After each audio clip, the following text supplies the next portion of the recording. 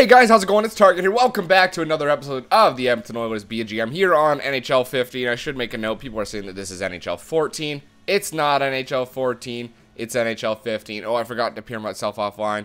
But look, NHL 15, okay? I'm playing it right now. You can clearly see that. There you go. So cut that shit out now. You can calm your tits, okay? So, I got a lot of comments about Ben Scrivens not being able to handle his own. I don't understand. We're 7-4-0 right now. We're doing really well. If you look at the standings, I mean, we're number one. We're near the top. I showed you guys that last episode. I don't know what the backlash is about. And you look at save percentage, a .939 for Scrivens and a .186 for goals against average. Right now, I don't see an issue. Does that mean that he's going to be the future, the be-all, end-all of the Edmonton Oilers? No. Does that mean that I'm going to trade him immediately? No. But I think that for now, we could at least see how well he does. If he starts to shit the bed, we know that we can move him, and we'll look for a better option. But right now, I think that Ben Scrivens in net is doing well enough that we can get by because, our defensive core is stronger than it's ever been, and our offense is scoring. So I don't want to stop anything right now. I want to keep that going, and I think I'm going to sim another month here. Obviously, that was only 1 month. We'll do another one, and then we'll do a bit of a breakdown, okay? So let's go ahead and jump ahead another month, and that'll give us a better idea of how Ben Scrivens is going to do for us this year, all right? So, I mean, the first month, him and Emery, look at this, a 5-1 win. If we can keep scoring like that, you don't need Scrivens to make, you know, win every game for you. You just need the offense to win the games for you. And his goals against average, yeah, it'll shoot through the roof. But, you know what, you're going to have a lot of games where you're going to have a very good result, too. So, I mean, you could see Scrivens traded in this episode. You could see Scrivens win the Stanley Cup for us in this episode. Not this episode, but in, you know, this season. So, I mean, like, a lot of things could happen. It's too early to say. I know Ben Scrivens is not the future. So, we will assess that a little bit later. Let's see here. Who's got a lot? Looks like the OHL might have the most. In terms of forwards, I suppose. Alright, let's take a look at D-men. Go back to the CHL. WHL. Oh, look at all the first rounders in the OHL. Yeah, let's take a look at the OHL here, and then actually I might scout the Q, because it looks like they have quite a few solid defenders there too. All right, so continue our month. We've only won 1 this month, and we lost 3, 1 in overtime. There's a win. There you go. So, I mean, there's a lot of things we could change, but is there anything we need to change? That's the real question here. And I got a lot of backlash about Connor McDavid too, and drafting Connor McDavid. I haven't really addressed that in the video, and I will do that right now. It's just that, I mean, if you think about it, you take the best player available, all right? Why do you take the best player available? Well, not because you're necessarily going to use that player, but because he has the best trade value too. So not only is he going to help your team if you keep him, but if you trade him for somebody, he's going to give you the best return. That's the biggest thing, and that's the most important thing when it comes to acquiring prospects. There's a consensus among scouts that you draft the best player available for that reason. People that draft for need high up in the draft aren't doing themselves a favor. In fact, they're ruining their chances of actually being an effective team. So, right now, I don't see us getting rid of Connor McDavid until we know what we want to do. I mean, Connor McDavid could easily play wing. You know, he could replace Jordan Eberle if we wanted him to. That is a total possibility here. So, don't count him out yet. And, you know, let's see what happens. Let's see what happens. You know, you could never have too much of a good thing, even if it is centers, you know? All right, so it doesn't look like we've done very well this month. This will give us a chance to break it down. And, actually, you know what? We might need to trade Scrivens. We might need to trade Scrivens. You guys might have been right. Yeah, he's dropped out. And I'm not saying that I was wrong, but at that point in time, Scrivens had done really well. Goals, we don't have anybody up there. Assists, Nuge, he's not up there anymore. Points. Oh, points. No. Team standings, we have now dropped 26 points. We're still in a playoff position, but we're not up at the top like we were. That month kind of killed us. Let's take a look at stats. We'll take a look at team stats, and then we'll see what's available maybe. See what's available in terms of goaltending. I don't think we need a huge upgrade. I think we just need maybe an 87, 88 overall goaltender would probably do us well enough. All right, goals for, 67. Goals for per game, 2.79. Goals against, 64. Goals against per game, 2.67. Like, those are both really solid numbers. I mean, those are in the top. Well, that's top. It could be a little bit better than the goals for. But the goals against at 2.67, I mean, that's in the top 10. That's in the top 10, so I don't mind that at all. Power play is 14th. They're in the upper half, I suppose. It's not the best. And our penalty kill is 22nd. So our penalty kill is struggling. So maybe we'll take a look at that and assess that. We'll take a look at player stats here really quick. NHL. Now keep in mind, I can't actually make trades until the trade deadline. I have to have an offer made, or the team has to be wanting to get rid of their player. So right now we're kind of stuck. That's the rule that I made for this year to make it a little bit more realistic. Okay, so you see Nugent Hopkins at a point per game. Hall's not far, and neither is Eberle. That's very good for that top line. I'm happy to see that. Perron, he's at 18 points, and Yakupov's at 16 on that second line. I really like that, especially considering Yakupov's 85 overall.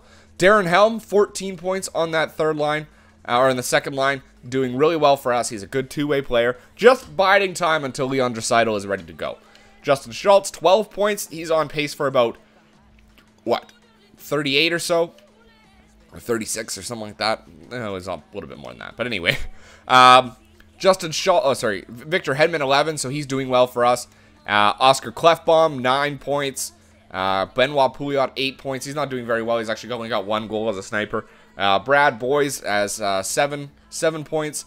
Martin Marincin at 6. Prust, 5. 4 for Downey. 4 for Boyd. We're in the bowels of the team. Now, look at plus-minus, though. I think plus-minus is a huge telling factor. You can see that third line of Perron, Helm, and Yakupov isn't doing very well. It's not doing very well.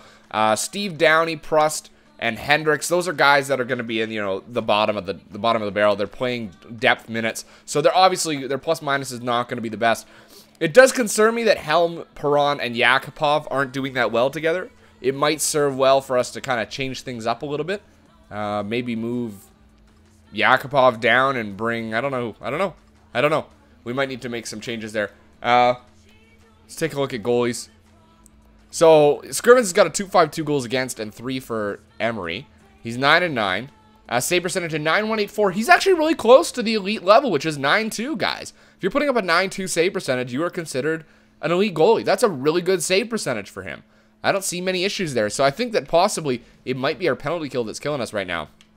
So, let me take a look. We will take a look at goalies and see what's available. But remember, we have to wait. So, right now, we're just going to edit our lines.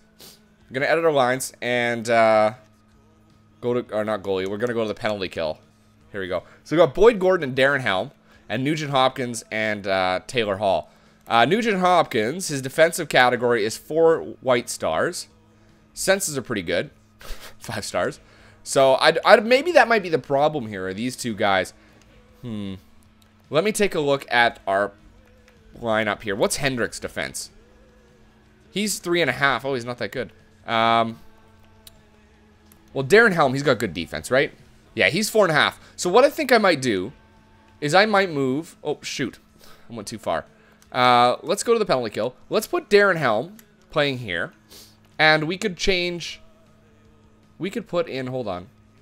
Let me go to let me take a look at these guys like Downey and Prust. These are guys that have pretty good, no, 3.5. So Downey, no, but what about Prust? Did he have 4? I think he did. Yeah, so I'd put Prust on there, Brandon Prust. And, what's Pouliot's defense like? No, 3.5. You know what? Perron might be a good option, because he's 4, yeah? Yeah, he's 4. So let's put Perron on the penalty kill instead. Okay, instead of Nugent Hopkins and Taylor Hall, because these are guys that we want playing offense. So we don't want them killing penalties, you know? We want them to be their best. So let's put Prust here, and we will put Perron here, okay? There you go. So that gives us a better option there. Now, defensively, looks like Victor Hedman, because he's 5 white star defense, and Stewart, he's 4.5, so that's a good combo there. They're going to be shutting things down. And then we've got, Mark Fane, he's good. And we've got Justin Schultz, who's also good. So I'm not going to change that. Our 3-man penalty kill, Gordon and Helm, so I think that's good there. Now, we will take a look here at the trading block. Let's see if anybody's got a goalie out there that they want to trade. All right, we'll not look at the trade block. We'll just go through the trade negotiations and see who's got one on the block. Goalies giving away. Okay, so they're giving away Flynn. What's the deal with Flynn? He's obviously very young, but he's 4.5 yellow stars. He would be about 2 years away, Jack Flynn. So he'd be a very much a future thing. Arizona, no. Boston, no. Buffalo, no. Calgary, no. Carolina, no. Chicago, all depth guys. Colorado, nope. Columbus, nope. Dallas. Nope. Okay. Oh, Florida wants to get rid of Burlo Longo. He's got a lot of trade value, though. 88 overall. He would be a good option for us, but we'd have to extend quite a bit. If I'm going to extend that far, because look at his trade value. It comes up to the end, just about the end of the A there, and he's only got 2 solid years left. I think you can find a younger goalie. I'd go to like early 30s, not mid to late 30s. LA, nope. Minnesota, nope. Montreal, nope. Nashville, New Jersey, nothing. Nobody wants to get rid of anybody. It's because it's just going to be old guys.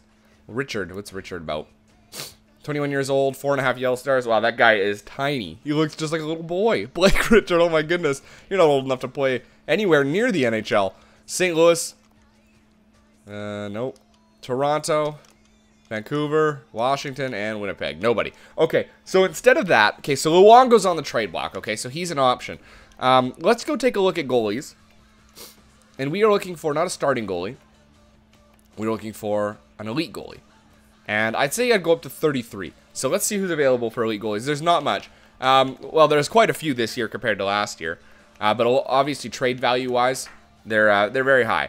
And age is as a factor as well. So let's take a look down the list. We've also got Tuukka Rask. He's 92 overall. Jonathan Quick, 92 overall. Bobrovsky, he's 90 overall. Price, 91. Rene, 91. Lundqvist, 93. Howard, 89. And Varlamov, 89. Now, in terms of age value, Lundqvist is pretty good. I mean, he's 93 overall. He's 33 years old. Lundqvist is going to have at least 6 years left on him. Now, what we could do, if you pick up a guy like Henrik Lundqvist at the trade deadline, what you could do with him is trade him when he gets too old for one of the young guys. Or, you know, when they get closer in value. So when Henrik Lundqvist drops to about a 91, and the other guy's 86, their value's probably going to be pretty similar because the other guy's young and he's coming up. So that might be an option for us if we picked up Henrik Lundqvist. Now, obviously, they don't want to get rid of him, so this will be a trade deadline deal. Jimmy Howard, 89 overall, 31 years old. I wouldn't even consider him, considering Varlamov is available just below him on a 2-way contract nonetheless. 89 overall and 27 years old. Like, this guy's still got tons of good years ahead of him, and he's an elite goalie. You know, he would get the job done. And his trade value is the same as Lundqvist right now. You see that? How an 89 is the same as a 93 just because of the 6-year age difference? It's a big difference. It's interesting, though, that Pekka Rinne actually has a little bit higher trade value than Lundqvist, and they're the same age, and 2 overall lower is Rinne. So that is an interesting little piece there. Now, obviously, Price, he's 20. I can't believe he's not the best goalie in the game. 28 years old and 91 overall. You know, I can't believe that. They gave Rask and Quick the higher nod there, and then obviously Lundqvist. It's mind-boggling to me that Price wasn't even considered to be a 92. But, you know, he's 91. It's pretty close. Anyway, Bobrovsky, 27 years old. He's the youngest of the group, 90 overall. They gave him a huge boost this year, but not quite enough. So I would think that Lundqvist or possibly Varlamov would be our trade targets. Now, if we were to consider Lundqvist, because he is the best in the game, let's take a look. Trade value. Okay. Oh, no. Where is it? There we go. Okay, so trade value. Now, in order to get him, we'd have to give up somebody like Connor McDavid, which I don't want to do right now. You'd have to give up a pick for this year. So it'd be the first overall pick. And Ben Scrivens, at least. And then we'd also have to give up a... I don't want to give up a pick. We'd also have to give up another player that's, you know, too many. So what do we give up here? You know, what do we give up? It's a difficult thing to say. We don't have as much trade value as we actually would like in some of our younger players because we want to do, you know, we do want to play it out here. I'm going to leave it for now. And see what happens here. When we get close to the trade deadline, maybe you guys will be able to give me some kind of advice on that. So tell me what you think down in the comments below. You know what we could also do is what I said I would do. Hold on. Instead of looking for an elite goalie, let's look... Oh, not any goalie. Let's look for a starting goalie. And let's just sort by overall. See, you get a couple guys that are 88s overall, and they're all of a sudden a little bit more attainable. John Gibson, he's 87 overall, and he'd be, you know, the future. He'd be the future. His trade value looks about the same as... what's his name? Henrik Lundqvist. So it looks about the same trade value. In terms of other young goalies, you got Robin Lehner. 85 overall. He's getting better too, so he would be an option as well. But again, you're getting down a little bit lower. These guys don't have as much potential. If I look at potential goalies, Gibson's the only one with 4.5 yellow stars that's considered a starter that would help us immediately. You know, he is a starting goalie, but eventually he's going to be elite. So John Gibson's another option. But again, that's going to be trade deadline stuff. You guys let me know what you think. And you know what we're going to do? We're actually going to go to the trading block. And we are going to be looking for either an elite goalie or a goalie, a starting goalie, same age range to 33. Okay, and then also, I guess we'd be looking for, I guess we'd be looking for some more. You know what? I'd actually looking for a forward and third line checker, third line checking forward. Okay, let's see what happens with that. Surplus. I'm not gonna put surplus. We've got goalies. We got a goalie surplus. Backups. And starting. And then we've also got a surplus of defense. Top 6. Okay, we'll put that in there. Trading on the trade block, we will put on our first round pick this year, just to see what we might be able to get. We'll put on Ben Scrivens so people know that he is available. Where are you, Scrivs? There you go. And we'll also put on Ray Emery, just because you never know. Okay, so there's our goalies and our first round pick. So they get that what we're looking for is goalies, and what we're looking to get rid of are goalies as well. Okay, as well as depth players. So let us sim another month, and by the time this thing's done here this month, we should be looking at the end of the episode here, and then you guys can voice your opinion and let me know. Wow, there's an 8-1 loss right off the bat. Not good. You guys can let me know what you think about what we should trade for. Oh, wow. 3-0 loss. Yeah, because I think we do need to make a change. I know you guys said it, and I wasn't doubting you. That's not what it was. I'm just trying to... I want to give him the benefit of the doubt. I mean, he had a fantastic first month, but obviously these last few months, he's just kind of fallen apart. And now I guess we're looking for something a little bit different, I suppose. Defense. Let's go to the queue because they had quite a few as well. Number of depths. Everybody said do 2 weeks. See, they said do 2 weeks because you get a better understanding of everything, and that way because you can get those steals in the draft. Everybody's saying you get those steals in the draft by doing that. So let's try that. Let's see what we can do. All right, let's go up to the game against the Rangers.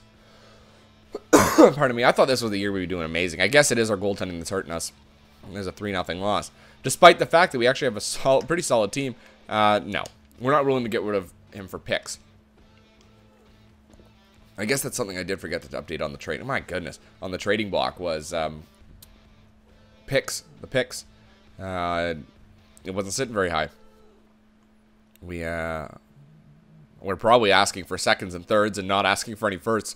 I mean, I'm not asking for a first, but you know, if that's I want to keep that kind of. I'd rather have that than them giving me second and third round picks for Eric Cole for Mark Fane.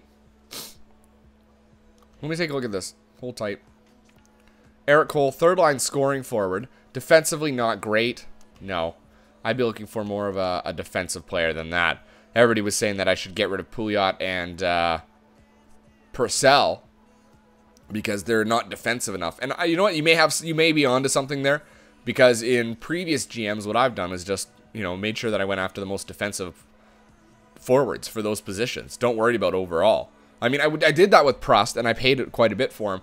But you know what? I might be able to even bump him up and then trade away Pouliot. Get some depth, fourth line players that have some good defense. Scout assignment. Let's see here. Top 10 here, defenseman in the SHL. Russia. WHL defenseman, you got a top 10. 2 top 10s in the O. Let me go to the WHL and scout 2 weeks, because we hadn't done that yet, I don't think. Not defense anyway, just forwards. All right, we only got a few games left here. We are a couple above 500 now. We've won a couple in a row. There you go. Ben Scrivens for a second or third. No, see, that's the I don't want those kind of trades. I may have to edit the trade block here, just so I don't keep getting offered that shitty deal. Yep, see, 2 picks, second and third for Ben Scrivens. No, not looking for that. But then I guess if I shut it off, deals that would involve a Ben Scrivens won't show up. So And there's a 3-2 loss. Did that come in OT? I think it may have. Because we're 3 above 500. And Taylor Hall's up there. I didn't even notice that he jumped into the lead for goals. Oh, a first-round pick, a second for our first Ray Emery and Fane. Wow, that does not seem fair at all. No. That's like trading Ray Emery and Fane for a second-round pick. I don't really want to do that. First-round pick for their second, another second, and Gianta. No, I do not want that. LA, and then that'll be the last episode, or last game of the month, and that'll wrap up our episode. It's 6-3 win. So we're 19-16-3, and again, I'm left on this line. Same thing. I'm left on this line where I'm chose to decide between trading and keeping because, I mean, all of a sudden we're doing pretty well. If you look at points, we aren't up there, but Ben Scrivens is actually tied for, actually holds third spot in the league for wins. So I don't understand that at all. Anyway, goals and assists, Nugent Hopkins is up there. Goals, Taylor Hall's off by about 4, but he could jump up in there, you never know. And standings, we are in a playoff position at the moment. You know, we do hold that spot over Colorado and Minnesota. Actually, right now, Calgary's in the playoffs too. So, I don't know. We'll see. I'm going to leave it there, guys. You guys let me know what you think about the possibility of trading Scrivens and the possibility of Lundqvist or Gibson. You saw the list of players available there. If you didn't get enough time to look at it, just head back there, pause it there for a second, take a look at some names, and you guys can see the trade value there and their overall in age. I showed everything there pretty much, so you can have a peek for yourself. Let me know what you think the best option might be for the Edmonton Oilers. Do we need a huge upgrade in net, or do we need just something temporary, like an 86 or an 87 overall, okay? So let me know there, guys. Until next time, I'm Target Audience, and I'll catch you guys out on the ice.